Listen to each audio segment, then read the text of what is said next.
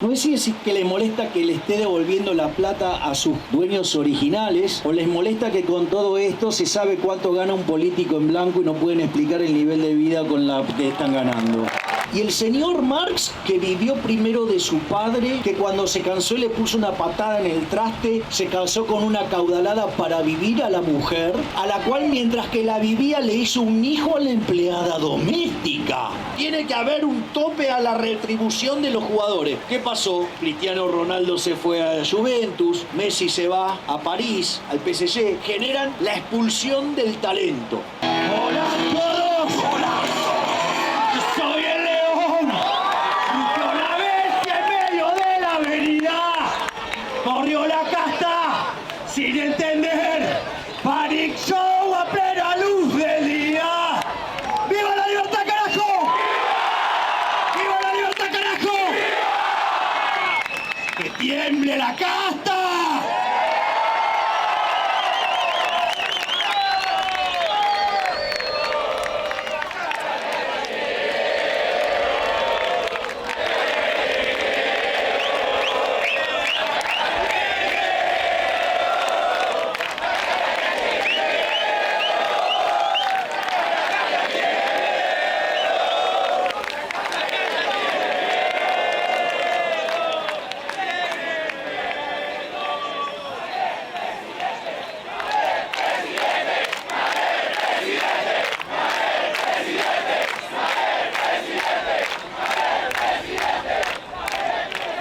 Parece que están empecinados en asustar a la casta, en serio.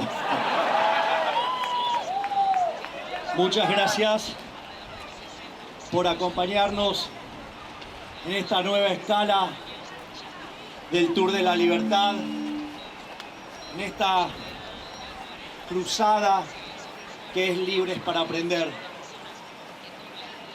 Nosotros no te vamos a regalar el pescado como los populistas. Nosotros te vamos a enseñar a pescar.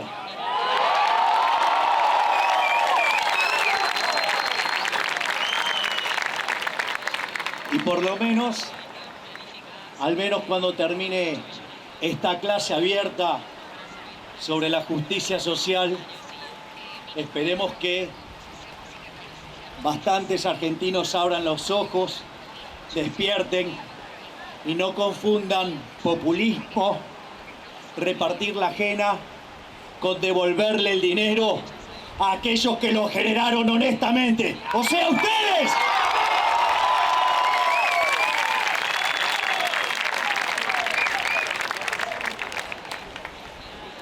Si la educación no estuviera cooptada por los socialistas, la historia de Robin Hood se contaría bien. Robin Hood no le robaba a los ricos para darle a los pobres. Robin Hood le robaba al recaudador de impuestos para devolverle el dinero al que se lo había ganado honestamente.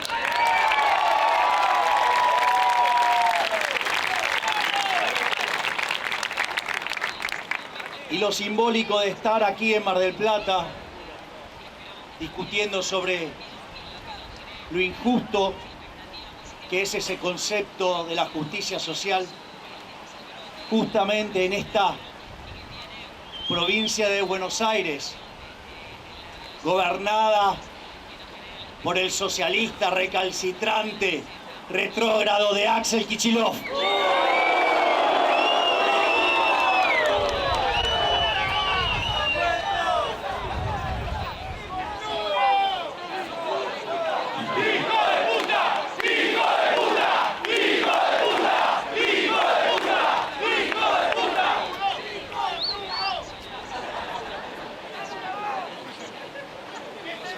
Así que, almas libres, liberales, libertarios, que han logrado imponerse a esta dictadura sanitaria.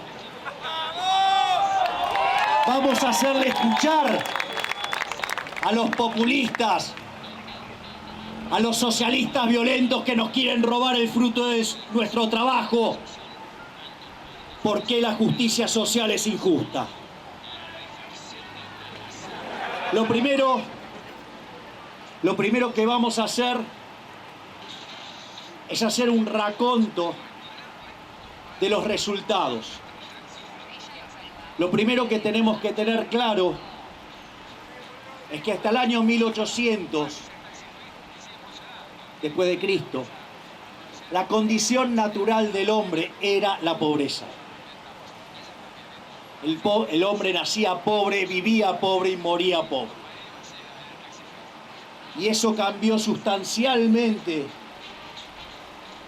con la revolución industrial, que no fue ni más ni menos que una revolución institucional como resultado de toda la discusión previa que derivó en el liberalismo. Y cuando se soltaron las fuerzas productivas, no solo la población en 200 años se multiplicó por 7 veces, sino que además el PBI per cápita experimentó un crecimiento como nunca visto en la historia de la humanidad. De hecho, si uno pensara en el indicador de aquellas personas que viven con menos de $1 diario como medida de pobreza extrema, es interesante porque ese número pasó del 95% total de la población del planeta a 5%, hasta que nos metieron, digamos, en esta infectadura y las cuarentenas cavernícolas que nos arruinaron la vida. Por lo tanto, lo primero que tenemos que decir es que el capitalismo es la máquina de prosperidad, es la máquina de sacar gente de la pobreza, es la máquina del bienestar.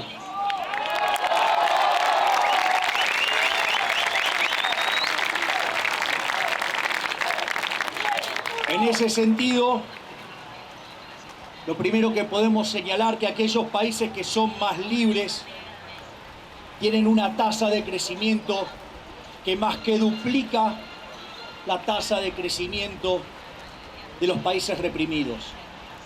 Y eso obviamente a lo largo de un determinado periodo de tiempo tiene consecuencias.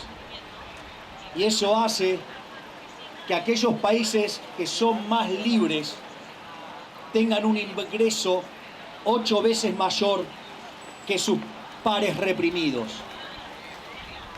Y claramente después van a aparecer los socialistas diciendo, no, bueno, pero la distribución del ingreso y cómo están estos. Bueno, les cuento que aquellos que están en el decil más bajo de la distribución, ese 10% de la población más pobre, en el país libre está 11 veces mejor que en el país reprimido. Vamos a ponerlo con un ejemplo bien concreto. Argentina lleva años y años y años perdiendo libertad con sistemático avance de las ideas socialistas. Hoy el decil más alto de la distribución en Argentina en promedio gana $500. Un lavacopa en Estados Unidos gana 1.500. ¡Casta! ¡Estamos podridos de que nos hagan pobres!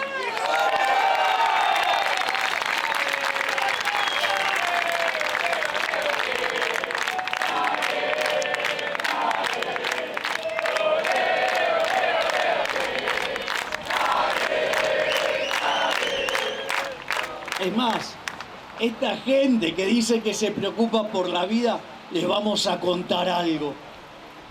En los países libres, la gente vive un 25% más de lo que vive en un país reprimido.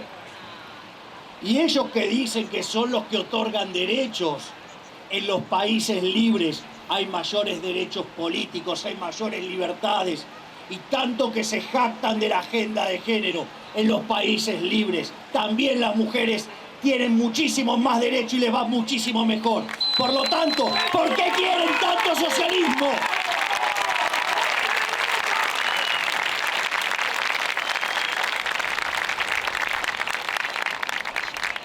Por otra parte, si ellos no entienden de números, porque parece que viven de espalda a los datos, podemos hacer también una comparación. Miren cómo se comparaba el caso de Estados Unidos con la Unión Soviética. Es decir, un país la Unión Soviética, que vivía en la absoluta miseria.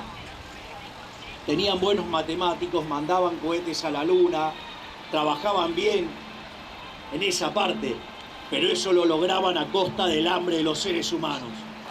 Mentira que se cayó con la caída del muro. Es más, donde esto se hizo más evidente fue en Alemania, porque alguien podría decir, bueno, pero eran personas distintas, distintas culturas.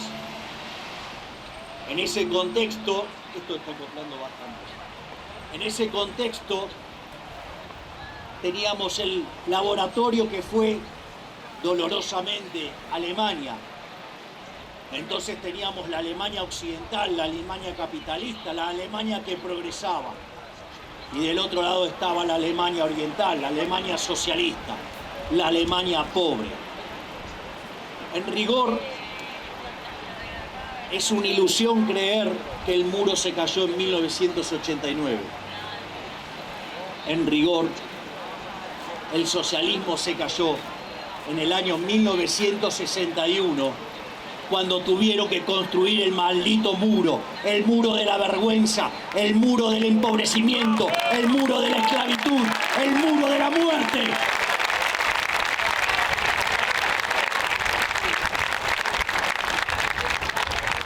También dentro de esos experimentos, el Imperio Austrohúngaro fue dividido. Entonces, Austria le tocó ser capitalista, a Hungría le tocó ser comunista. Austria progresó, Hungría se hundió.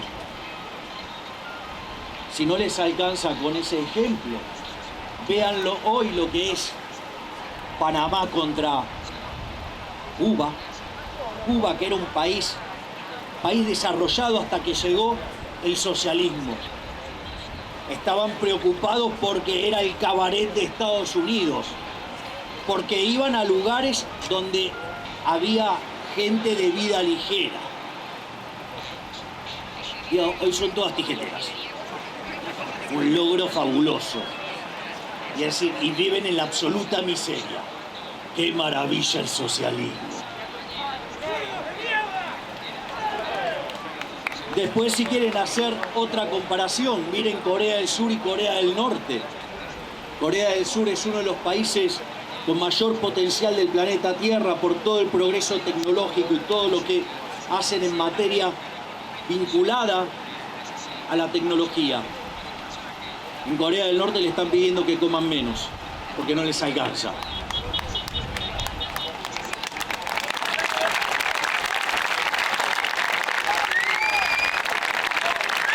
Si quieren otro ejemplo, pueden comparar el caso de Hong Kong con China, con la poca fortuna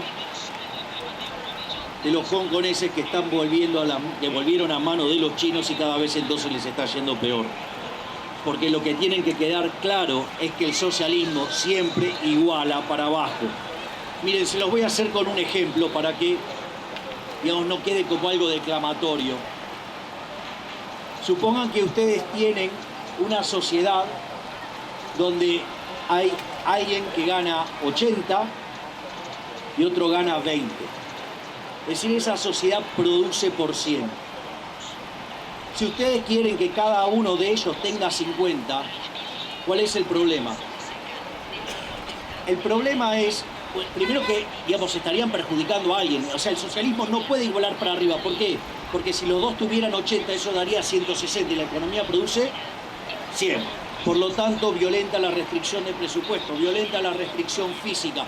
Por eso nunca les da. La otra es, bueno, entonces aplican algún método violento para sacarle al que gana 80, sacarle 30 y dárselo al otro. Ahora, el problema es que el que trabajaba por 80 y ahora recibe 50, ¿qué va a hacer? No va a trabajar por 80, va a trabajar por 50. Y cuando hagan eso, ¿qué va a pasar con esa economía? De producir 100, va a producir 70. Y en la medida que ustedes sigan insistiendo con ese proceso, ¿a qué se va a terminar? Se va a terminar igualando todos para abajo, todos pobres, todos donde esté el que peor está de todos. Este es como el ejemplo, si nosotros sabemos que lo que genera la riqueza es el capital humano, imagínense qué es lo que ocurriría si a cada uno que tiene un pensamiento superior a la media le aplican un chip y lo castigan. ¿Qué va a pasar? Y va a empezar a pensar como el promedio.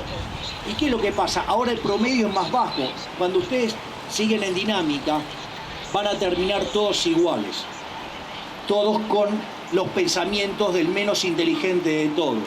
Es decir, la gran victoria del socialismo en Venezuela son todos iguales, todos pobres.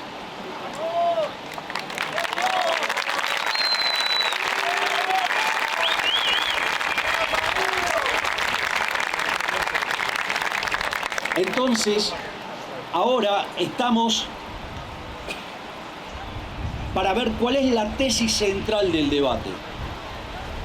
La tesis central del debate es que por un lado están los altruistas socialistas, que siempre hacen altruismo con la ajena, nunca con la propia. Por eso se debe ser que están tan molestos de que yo he puesto a disposición de la gente la dieta, que se las estoy devolviendo.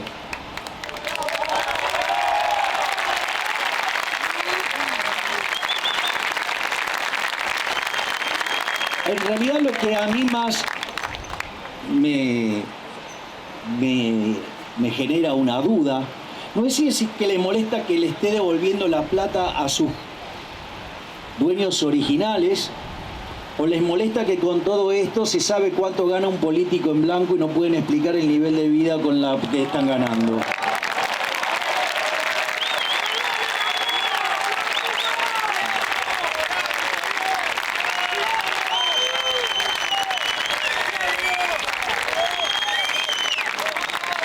Y por el otro lado, si de un lado están los altruistas socialistas, del otro lado estamos los malos, los capitalistas, los hiperindividualistas.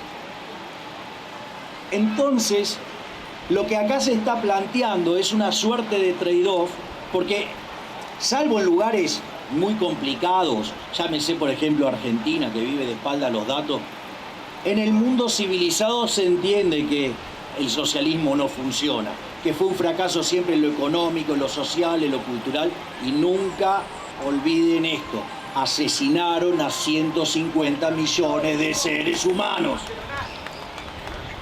Nacionalsocialismo se llamaba eso, exactamente.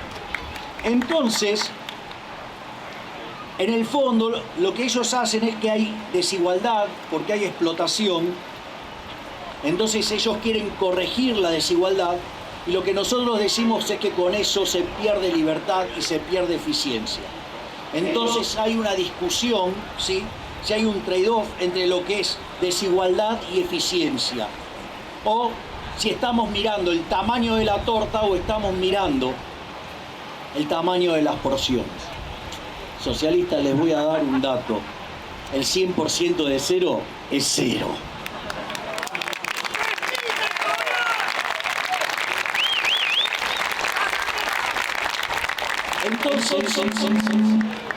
Entonces, frente a la tremenda superioridad cuantitativa del sistema capitalista, ¿qué es lo que hizo el socialismo? El socialismo lo que hizo fue acusar al sistema capitalista de injusto.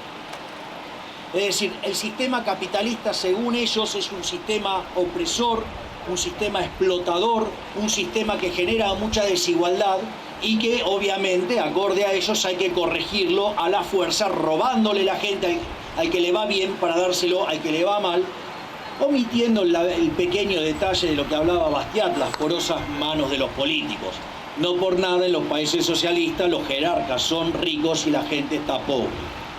En ese concepto, por ejemplo, mientras que a ustedes le dicen que tienen que veranear acá en Argentina y que no tienen que consumir dólares, funcionarios públicos van a veranear a paraísos.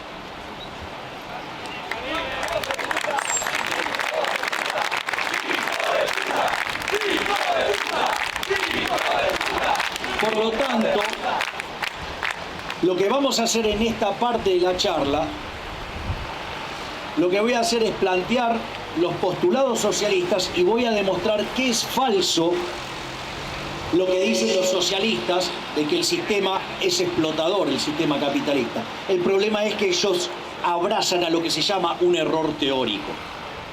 Entonces lo que voy a estar demostrando en esta parte es por qué el socialismo es un error teórico. Esto partió, si ustedes se quieren, de alguna manera, omiten, digamos, o sea, el trabajo de los jesuitas al respecto. Esto partió con lo que se llama la teoría de la explotación de Rodbertus. Rodbertus lo que decía es que solamente son bienes aquellos bienes que se producen con trabajo. Solamente eso es bien para él. Solo lo que se utiliza se produce con trabajo.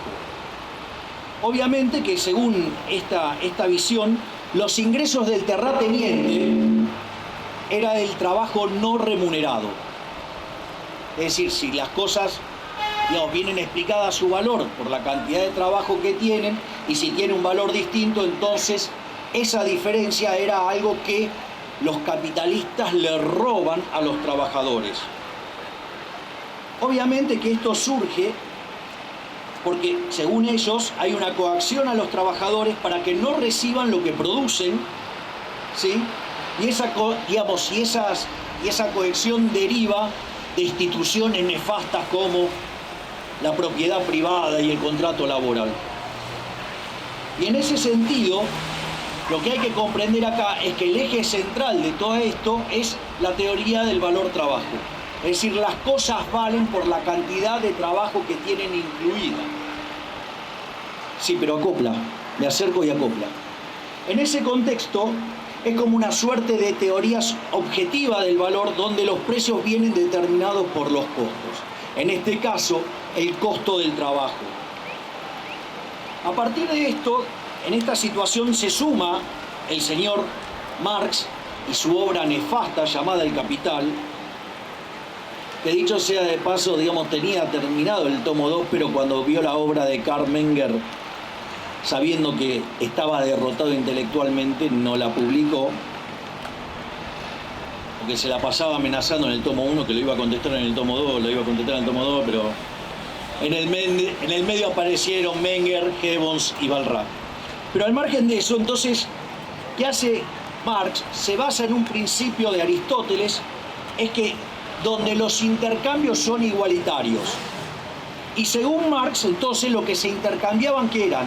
Horas trabajadas. Es decir, que Marx seguía adheriendo a la teoría objetiva del valor, o sea, la teoría del valor trabajo, es decir, que las cosas valen por la cantidad de trabajo que tienen. Está claro que digo que yo no adhiero a ninguna de todas estas cosas, pero digamos, o sea, tenemos que explicar lo que piensa esta gente. Obviamente que entonces, ¿qué es la plusvalía? Y la plusvalía son las horas de trabajo no remuneradas, es decir, lo que se lleva a la empresa, o sea, y ahí básicamente lo que usaban era el polilogismo, que tiene que ver con la estructura lógica del pensamiento. Es decir, si ustedes en realidad se oponen a lo que dicen ellos, ustedes son un maldito burgués, ustedes son un maldito capitalista, ustedes son un maldito no sé qué cosa. La pregunta es, ¿qué hacía el amigo Engels entonces ahí si era empresario? Y el señor Marx, que vivió primero de su padre, que cuando se cansó y le puso una patada en el traste, se casó con una caudalada para vivir a la mujer, a la cual mientras que la vivía le hizo un hijo a la empleada doméstica. Es decir, Marx tenía empleada doméstica. Qué interesante, ¿no?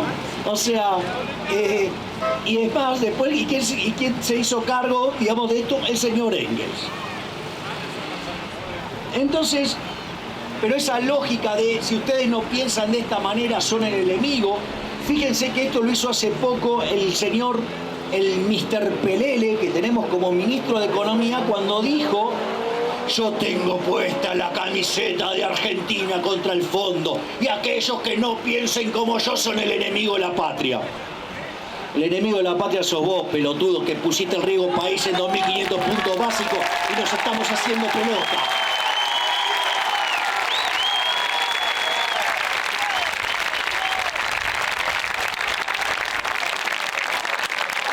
Ahora entienden por qué el señor Guzmán pone las fechas cuando yo no estoy.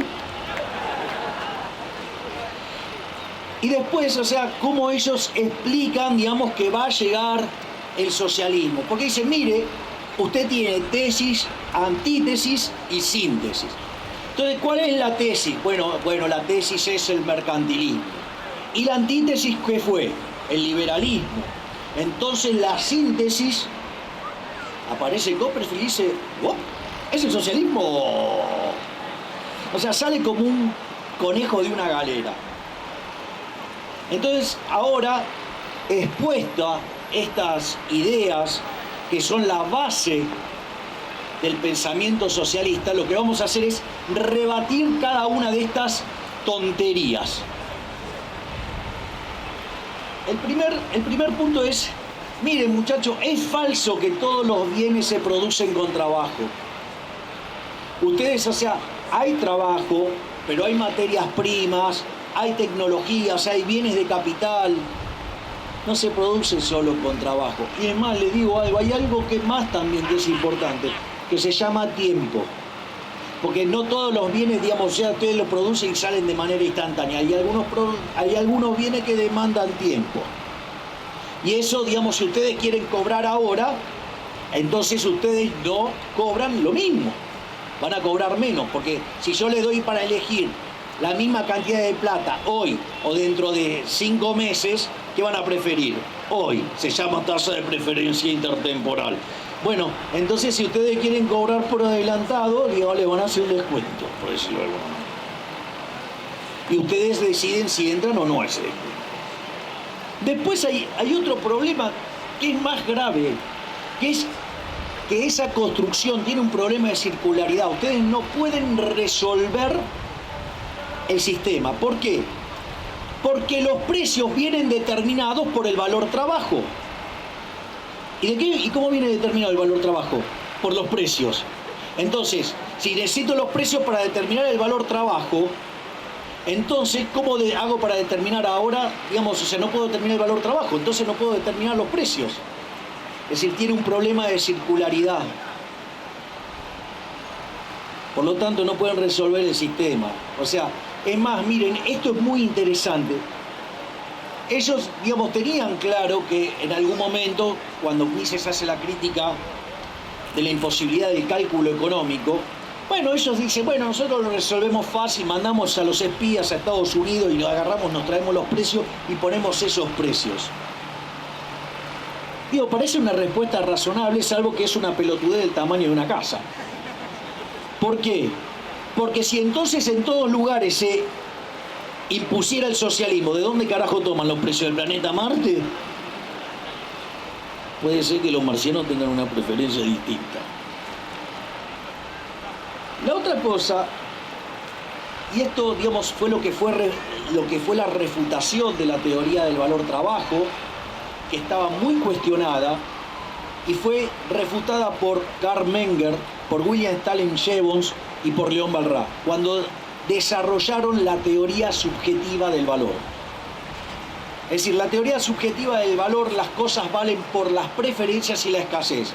La pregunta es, ¿cuánto pagan en este momento por un vaso de agua? No sé cuánto pagan, pero si lo comparan con lo que hubieran pagado en el medio del día con 40 grados de temperatura, les puedo asegurar que es distinto. Y si están en el medio del desierto del Sahara, les aseguro que también. Es más, hay una cosa que se llama utilidad marginal decreciente, se lo voy a poner en estos términos. ¿Cuánto pagarían por el primer vaso de agua en el desierto? Y todo. Y por el segundo, menos. Por el tercero, menos. Cuando tomaron 5 litros, que si les llevo un vaso de agua, ¿qué hacen? Entonces, la teoría, a ver, de vuelta, no vale lo mismo el vaso de agua hoy a esta hora que hoy a la tarde, y no vale lo mismo el vaso de agua en este lugar que en el medio del desierto de Sahara. Es decir, importa las preferencias y importa también que el momento. Es decir, y también lo que importa es la escasez. Porque ustedes, o sea, el aire es muy valioso para nuestra vida, pero es súper abundante. Consecuentemente, digamos, o sea, a pesar de que nuestra demanda es muy fuerte y sostenida a lo largo de todo el día, porque si no nos morimos,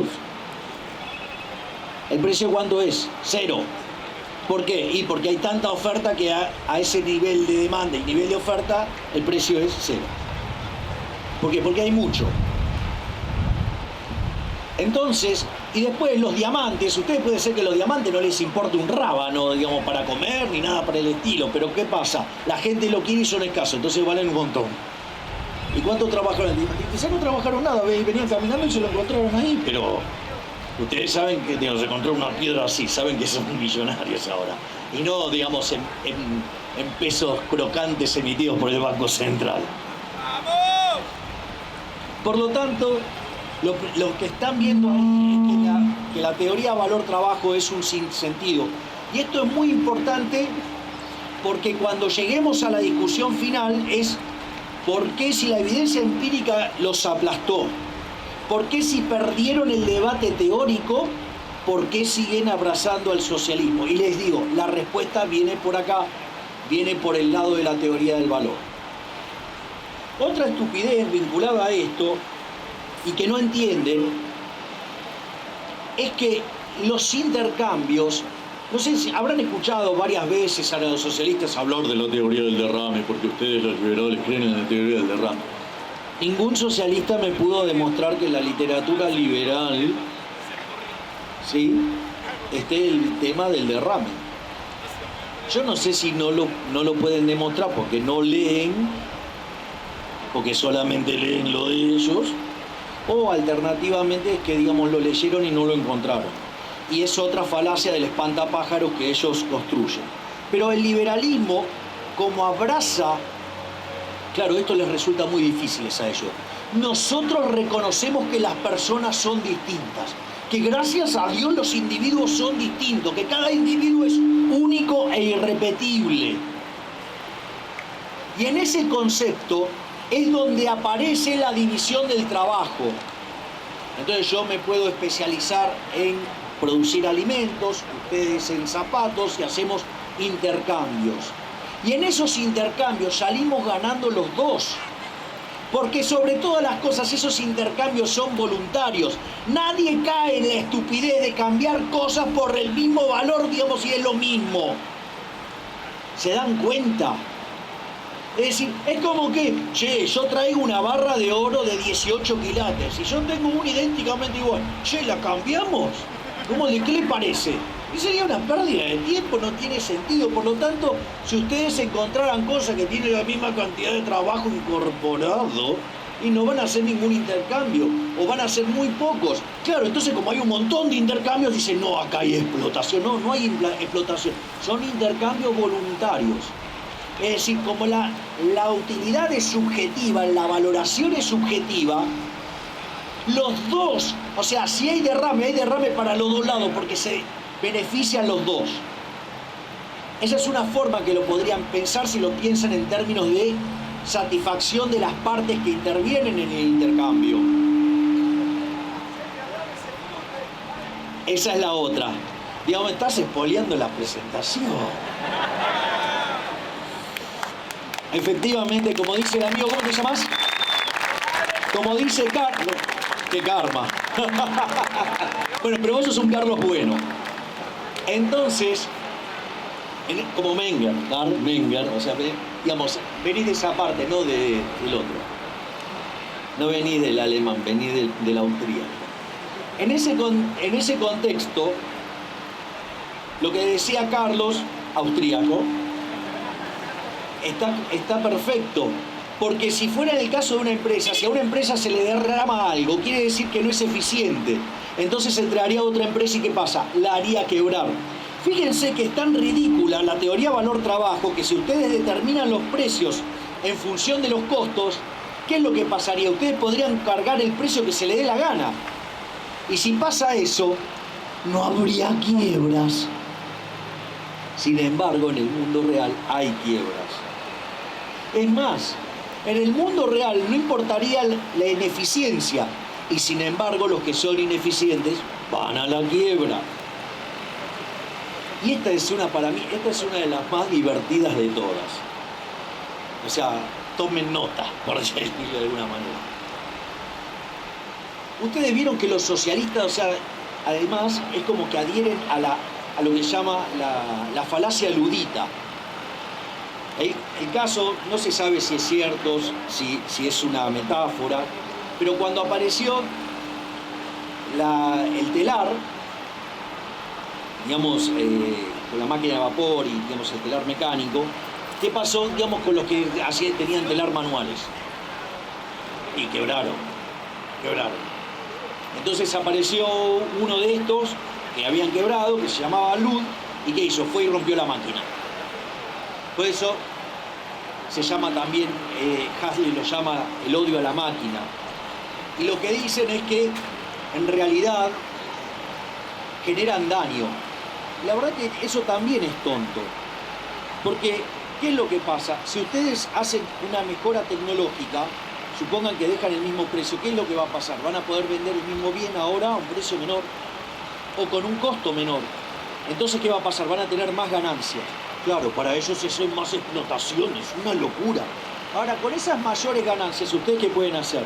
Bueno, una de las cosas que pueden hacer es, por ejemplo, las pueden reinvertir y generan más fuentes de trabajo, generan más bienes y por ende, digamos, hacen bajar el precio de los bienes y derraman el bienestar sobre toda la población. Otra cosa que pueden hacer es consumir en otros lados, por lo tanto se generan puestos de trabajo en otra parte de la economía. Es decir, con los cuales esos puestos de trabajo que ustedes destruyeron en este lugar, los reemplazan en otro lugar.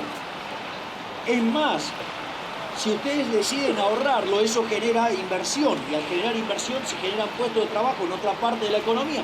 Por lo tanto, o sea, no se pierden puestos de trabajo y se gana mayor productividad, mayores salarios y mayor nivel de vida. Ahora, vamos al caso más jodido de todo. El tipo es un tremendo hijo de puta y no quiere beneficiar a nadie. No lo quiere consumir. No quiere, digamos, ponerlo en el banco. No lo quiere reinvertir. Es tan hijo de puta que lo hunde en la tierra. ¿Qué pasa? Desaparece ese dinero de la economía. Entonces, al caer la cantidad de dinero, ¿qué pasa? Bajan los precios y reparte entre todos ese bienestar. Si no fuera porque es delito, una de las cosas que podría hacer, en lugar de sortear la dieta, podría quemarla. El problema es que me quieren meter preso y con eso les daría un motivo.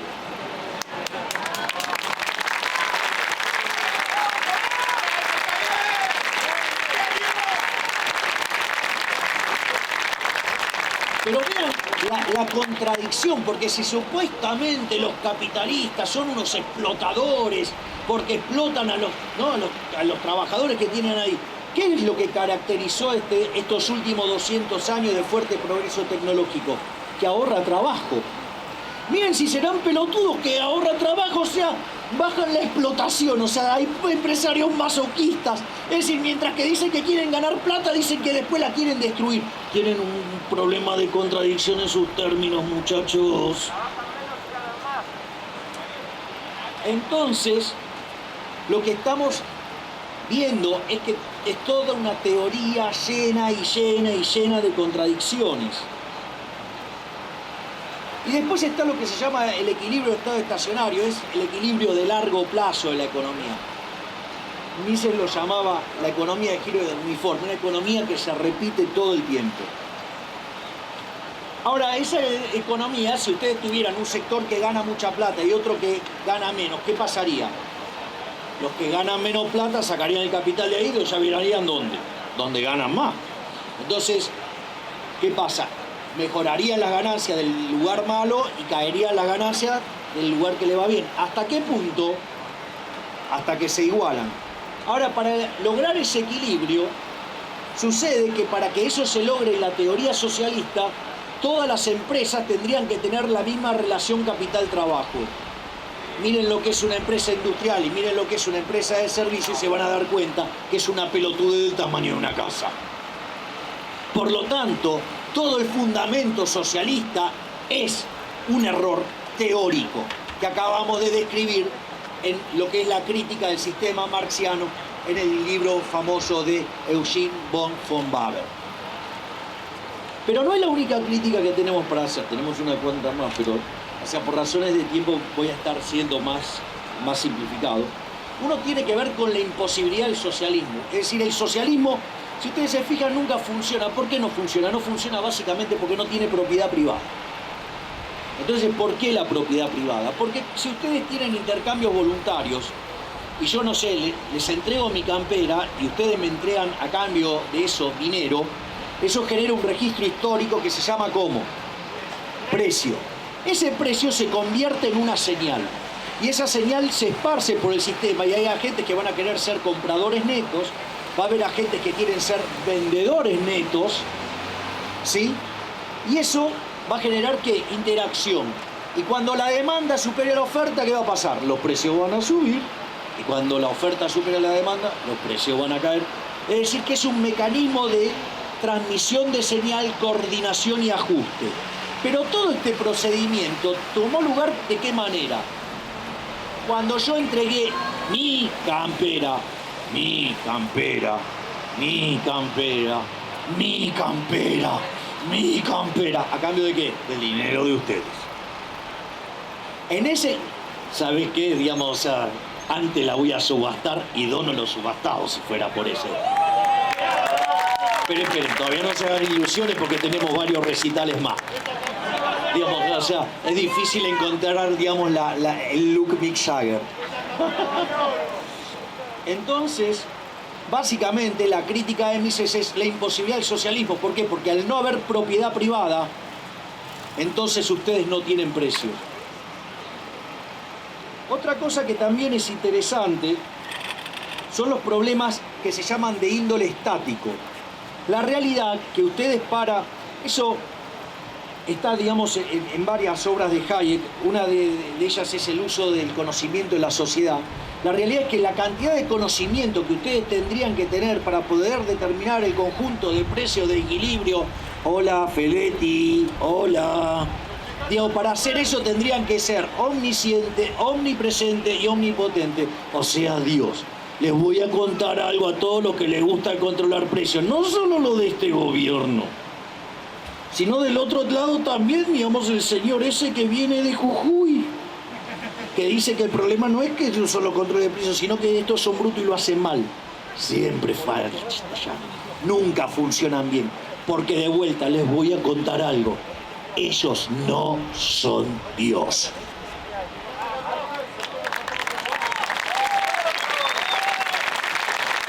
Entonces, uno de los problemas que aparece de modo estático es la cantidad de información que ustedes tendrían que manejar para poder determinar los precios. Es inviable. Es decir, no hay cerebro en el mundo que pueda procesar toda esa información.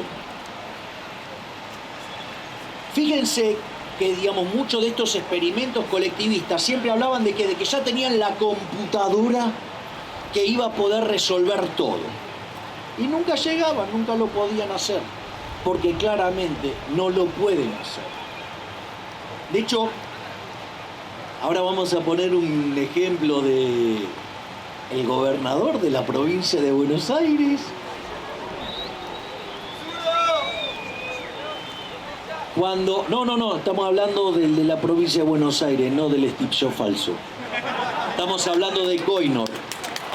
No sé, ¿se acuerdan? Digamos, en una época, digamos, Cristina le decía poderoso el chiquitín, así que digo Coinor. No estaba pensando en hacer una publicidad, no sé si existe todavía la marca. Este gobierno quebró todo, así que... Pero al margen de eso, un día estaba Kicillof hablando, que es interesante, porque a veces hablaba y hacía así. Una cosa, era como un poco contradictoria. Pero al margen de eso, él dijo que la Unión Soviética se cayó porque no tenían el Excel. Digo, miren que yo he escuchado cosas pelotudas en mi vida, pero como esa ninguna. Porque según él, como no tenían el Excel, no, digamos, tenían problema para invertir las matrices insumo-producto, que es lo que permitiría resolver el problema. Parece que el señor Axel Kicillof ignora que los rusos junto a los americanos tenían los mejores matemáticos del mundo. Es decir, no tenían problema para enviar matrices, estaban enviando cohetes a la Luna. Ese no era el problema que tenían los rusos. Pero bueno, para él, digamos, o sea, el Excel es, no sé, mejor que, digamos, o sea, que Euler. Euler estaba en Basilea, y en Basilea estaban los Bernoulli. Los Bernoulli parece que fuera un matemático muy productivo, pero en realidad eran 7. Y tenían todo topado. Entonces apareció el amigo Euler, que hoy es el matemático con más teoremas de la matemática, y entonces lo invitaron a irse a Moscú. Que dicho sea de paso, resolvió el problema de las sumas infinitas tomando vodka. Es decir, cuando ustedes quieren, no, esto viene al caso, porque cuando ustedes quieren, digamos, mandar un cohete a la Luna, tienen que resolver lo que llama un problema de optimización dinámica. Y porque tienen que calcular bien los costos de mandar un cohete a la Luna, porque si no llega, tienen algún problemita. Y los sanguinarios socialistas lo resolvieron matando a una perra, la pobre laica. Pero digamos, al margen de eso, el problema es cómo se resuelven estos problemas que incluyen el tiempo, el problema de las sumas infinitas, porque si ustedes suman infinitas cosas, ¿eso cuánto da?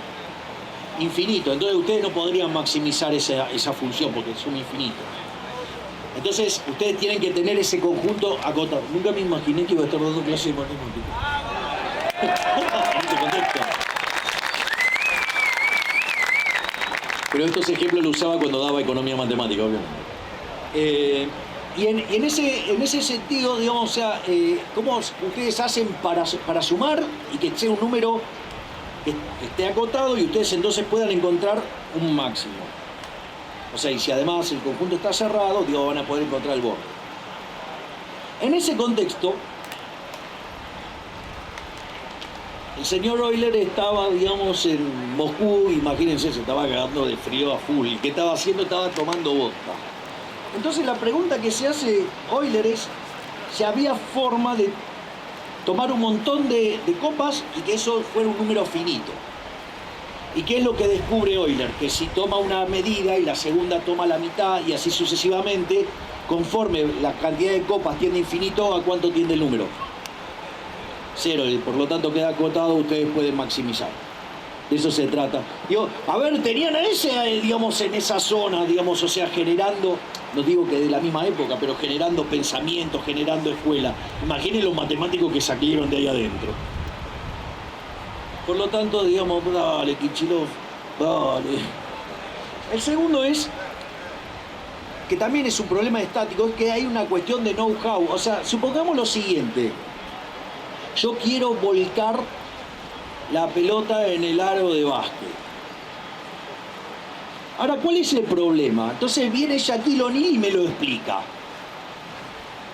O LeBron James viene, me lo explica. ¿Cuál es el problema? Mirá, me lo puede poner... dudo que lo pueda poner por escrito, pero si lo pudiera poner por escrito, ¿cómo se ven replicando una volcada de Shaquille O'Neal o de LeBron James? No pueden, porque ese es el know-how, o sea, el know-how ustedes no lo pueden transmitir. Entonces, como no lo pueden transmitir, no lo pueden replicar, consecuentemente nunca pueden replicar el resultado de mercado, porque necesitan pasarle la orden a los individuos para que hagan algo que está dentro de ellos y que no se lo puede transmitir para que ustedes lo transmitan. Pero no queda ahí. Otra cosa que a ustedes puede pasar es que generan un producto. ¿Y cuál es el problema? Ustedes generan el producto. ¿Qué creen que pasa? Y cuando hacen el lanzamiento del producto se les llena el culo de preguntas, si se va a quebrar, si no, que esto, que el otro. ¿Por qué? Porque es un proceso de descubrimiento. Entonces ustedes salen con un producto, creen que es maravilloso y no lo quiere nadie, ¿y qué pasa? Quiebran.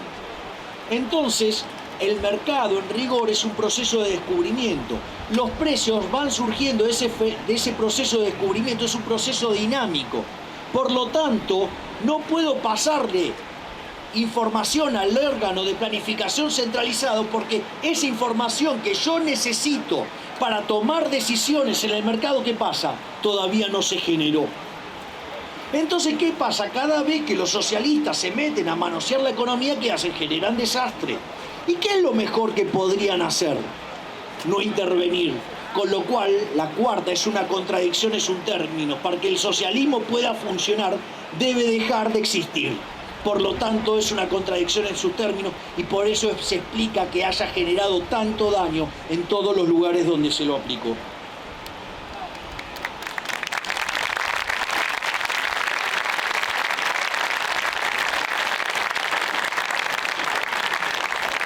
Y finalmente, dijimos que íbamos a hablar de que la justicia social es injusta. Por lo tanto, ahora ya tenemos todos los elementos para evaluar que la justicia social es injusta. Lo primero que hay que entender es que esta gente mira los elementos o indicadores que tienen que ver con la distribución del ingreso. Hay varios indicadores sobre la distribución del ingreso. Hay uno que se llama Rausciano, que toma el decil más alto de la distribución contra el decil más bajo. Hay otro que se llama Gini, que es una medida de concentración. Hay otro que se llama Atkinson, que es una versión mejorada del Gini. Y si ustedes se fijan, bueno, si miran al chanta de Piketty es el peor de todo, porque tiene un Rausciano rengo. Porque él solamente mira lo que gana la parte más rica de la población. ¿Saben por qué hace eso? Porque ¿saben quiénes son los que más evolucionaron y más progresaron a lo largo de los últimos 200 años? No, los que más progresaron en estos 200 años hasta que, digamos, los políticos nos invadieron y nos arruinaron la vida, básicamente son los que menos tienen. Recuerden que yo les hablé que en 1800 el 95% de la población del mundo vivía con menos de $1 diario. Ese número en una población hoy 8 veces más grande, 9 veces más grande, ¿sí? Antes de la pandemia había caído a menos del 5%. Por eso Piketty, de manera chanta, fraudulenta, solamente mira los que más ganan y no el decil ese porque se les cae. Es más, hace una definición de riqueza donde excluye, por ejemplo, el auto, ¿sí? O excluye, por ejemplo, los electrodomésticos. ¿Saben qué? Las personas que menos tienen esas cosas pesan mucho más. Entonces, de esa manera, infla los números. Esto, digamos, o sea, es que, miren, las estadísticas son como el traje de baño. Lo que muestra es importante, pero lo que os gusta es fundamental.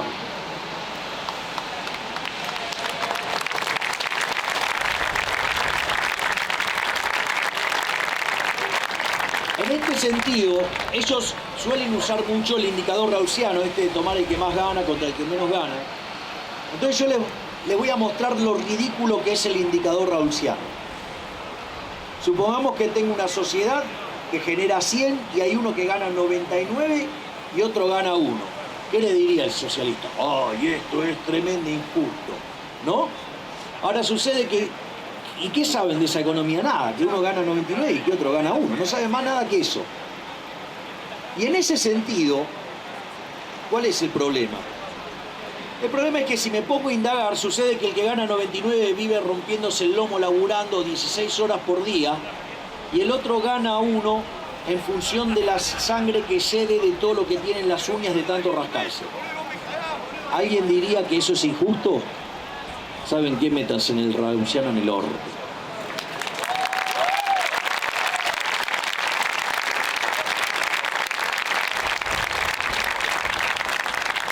La otra cosa tiene que ver con la remuneración de los factores. En la interpretación de la teoría subjetiva del valor, la retribución de los factores viene dado por el valor del producto marginal de ese factor. Supongamos vamos a hacerlo con el trabajo. El salario viene dado por el valor del producto marginal del trabajo. Es decir, que hay dos dimensiones. El valor, que viene del mercado, que tiene que ver con las preferencias, con la escasez. Ustedes pueden ser muy productivos, no sé, produciendo un bien que nadie quiere. ¿Cuánto le van a pagar para hacer el bien que nadie quiere, por más productivo que sea? Nada, no le van a pagar nada. Y otra es que ustedes sean muy productivos en algo de un bien que todos quieren. ¿Y cuánto le van a pagar? Le van a pagar un montón. Es decir, que en realidad ustedes se van a llevar en función de lo que aportan a la generación de riqueza. Es decir, ¿qué más justo que ustedes se lleven el fruto de lo que ustedes aportan a la sociedad con su trabajo, con su capital o con lo que estén aportando al sistema productivo o tiempo?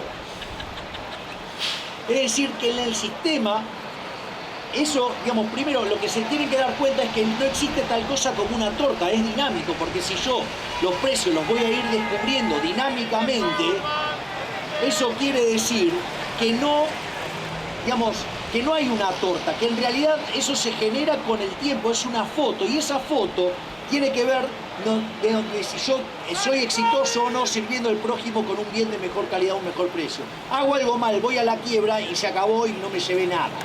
¿Se dan cuenta? Entonces el sistema lo que hace es premiar a aquellos que sirven al prójimo con bienes de mejor calidad, un mejor precio. A los que le va bien en el capitalismo son héroes, son benefactores sociales, le están arreglando y mejorando la vida a cada uno de los seres humanos. O sea, son los campeones del bienestar. Es decir, por lo tanto, además, mientras que el otro sistema está lleno de inconsistencias, este sistema además genera una retribución que es justa. ¿Por qué? Porque ustedes se llevan en función de lo que le aportan al bienestar a la sociedad. Y cuanto más productivo sea, más van a ganar. La otra cosa que también es muy importante es el tema de los intercambios. Los intercambios son voluntarios y ustedes van a hacer intercambios, sí, solo sí. Ustedes salen ganando en eso. Yo suelo dar dos casos con esto. Solía usar el caso de Messi en el Barcelona. Sí, sucede que aparece este chiquitito que la rompe toda, que es un crack. Pero claro, obviamente todos se dan cuenta que aquel que lo tenga va a salir campeón. Y vaya que, digamos, consiguió título. Creo que ganó 34 títulos. En ese contexto, ¿cuál es el punto? El punto es que Messi se da cuenta que le podrían pagar más. Entonces, ¿qué hace? Pide más plata. Entonces, los únicos que están dispuestos a pagar más por Messi son los catalanes. Entonces, básicamente, se lo lleva al Barcelona. Entonces empieza toda la temporada, el Barcelona les gana todo, les pega un baile morboso los del Real Madrid, digamos, de local, de visitante, toda una fiesta, están todos contentos. De hecho, digamos, salen campeones invictos, van y festejan en paños menores en Madrid, todo. Ahora, va a venir alguien y va a decir, uy, miremos la distribución del ingreso. Messi gana un montón, después vienen los dirigentes y los jugadores del Barcelona, después vienen todos los españoles, menos los catalanes y por último los catalanes. Van a decir, uy, miren la desigualdad entre lo que gana Messi y lo que ganan los catalanes. Es más, debe pasar algo ahí en Cataluña porque la desigualdad ahí todavía es mayor, porque ni siquiera hay cosas en el medio. Y en realidad la pregunta es, ¿qué tiene de malo eso? ¿O acaso los catalanes no prefirieron pagar mucho más por las entradas y las distintas cosas para poder verlo a Messi y disfrutar de ganarles a todos? En el fondo, el resultado ese surgió de los intercambios voluntarios. Entonces, cuando aparece el maldito Estado y, por ejemplo, dicen, no, tiene que haber un tope a la retribución de los jugadores. ¿Qué pasó? Cristiano Ronaldo se fue a Juventus, Messi se va a París, al PSG. Es decir, generan la expulsión del talento. ¿Qué es lo que va a pasar? Se van a quedar con una liga menor, con una liga que genera menos ingresos, va a ser menos apetecible, van a perder todos. Es decir, salvo los populistas socialistas que le querían meter la mano en el bolsillo a uno para dársela compulsivamente a otro.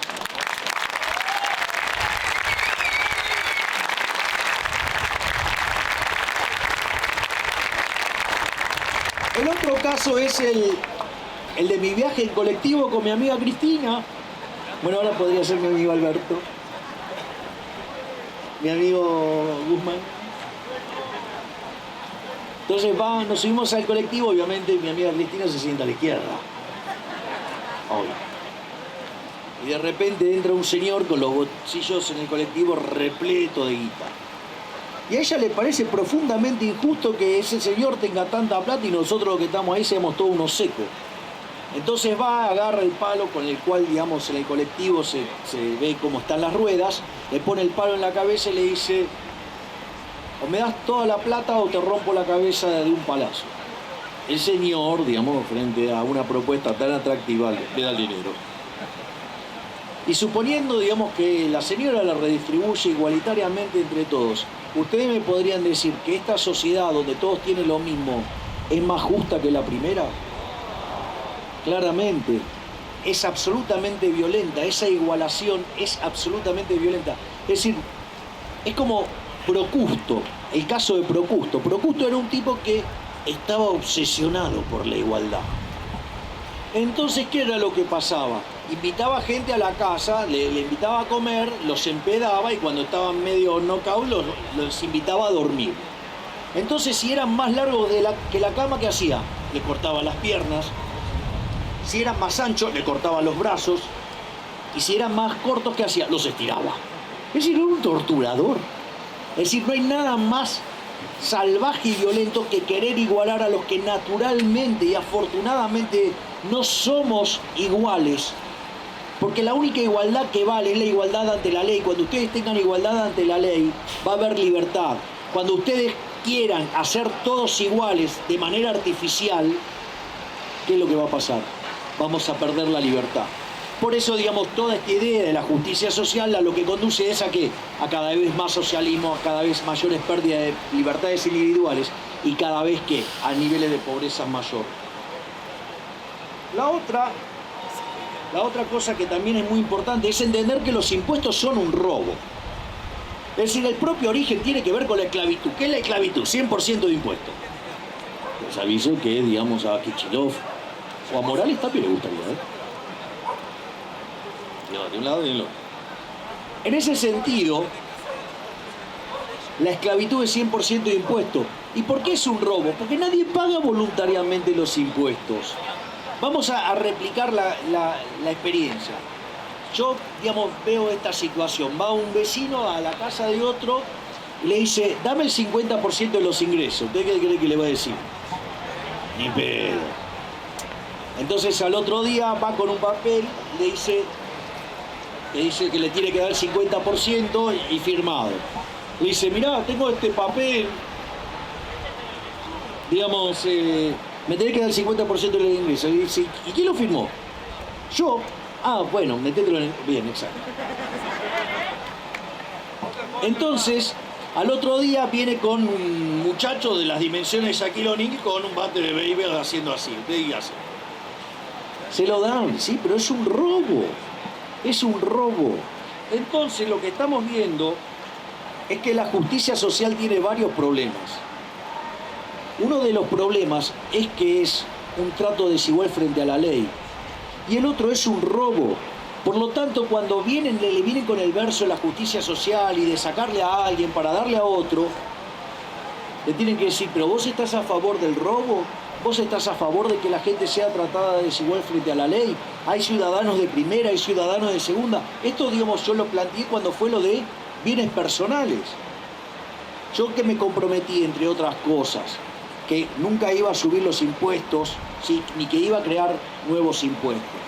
¿Qué proponía el oficialismo? El oficialismo proponía que, bueno, que se levantaba la base del mínimo no imponible y eso hacía que 500.000 personas no pagaran. Pero misteriosamente les agarró un ataque de ortodoxia. Dice: no, pero va a desbalancear las cuentas fiscales, cuando habían presentado un número que tenía un agujero de 12.000 millones de dólares. Después metieron 56 artículos de un día para el otro incrementando el gasto y no sabían cómo carajo lo iban a financiar. Y sucede que ahora, digamos, estaban preocupados por ese desbalance. Entonces, ¿qué hicieron? Le rompieron el traste a 16.000 argentinos. Y yo qué dije: eso es inmoral. Están tratando desigualmente frente a la ley a la gente. Están castigando al exitoso y premian al que le va mal. Es decir, en el fondo, digamos, es aberrante. Es inmoral. Hay un robo, hay un trato desigual frente a la ley. Y además fracasa siempre. Entonces, frente a esta situación, ¿sí? Y ya, digamos, como cierre de la presentación, si el socialismo falla siempre en lo empírico siempre es un fracaso. Si además fueron derrotados en el plano teórico, es decir, que los derrotó la teoría económica, los derrotó la evidencia empírica, ¿por qué no cambian? ¿Por qué no internalizan? ¿Por qué siguen sosteniendo esa mentira de la desigualdad y que el sistema es injusto? El sistema injusto es el de ellos. Es decir, no existe. Mire, Israel Kirzner, en un libro maravilloso que se llama Creatividad, Capitalismo y Justicia Distributiva, en un momento dice, mire, la superioridad cuantitativa del capitalismo es indiscutible, pero si el sistema fuera injusto, no valdría la pena defenderlo y merece ser quebrado. Lo que nosotros acabamos de ver es que el sistema no solo que es más productivo, sino que acabamos de demostrar que además es moralmente superior, porque digamos, o sea, es el único sistema que retribuye a la gente en función de lo que la gente aporta, en función de lo que la gente genera. Por lo tanto, si los hemos derrotado en el plano empírico, los hemos derrotado en el plano teórico, ¿por qué no aprenden la lección? Y para aprender la lección, esto nos lleva de vuelta a la teoría del valor trabajo versus la teoría subjetiva. Ellos no pueden aprender la lección porque no se pueden desprender de la teoría del valor trabajo. Y no se pueden desprenderle de la teoría del valor trabajo, porque con la teoría del valor trabajo es lo que explica la explotación. Pero ya hemos demostrado que la teoría del valor trabajo está errada.